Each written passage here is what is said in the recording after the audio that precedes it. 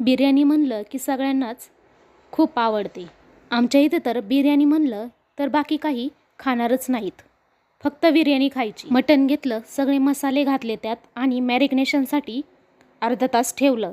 दुसरीकडे उभा कांदा चिरून छान असा परतण्यासाठी ठेवला आणि एका साईडला भात बनवण्यासाठी पाणी उकळायला ठेवलं। कांदा परतता परतता भातही टाकून झाला आणि 90% शिजल्यानंतर चाळणीमध्ये ओतून पाणी सगळं नितळून घ्यायचं। हा भात मस्त असा सुटसुटीत होईल।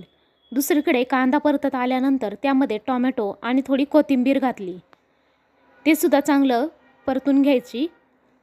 शिजल्यानंतर त्यामध्ये मटण घालायचं। मॅरिनेशन केल्यामुळे याची टेस्ट खूपच छान येते। शिजल्यानंतर दम द्यायचा आणि झाली आपली बिर्याणी। व्हिडिओ कळला नसेल तर मी पूर्ण रेसिपी अपलोड केलेली आहे।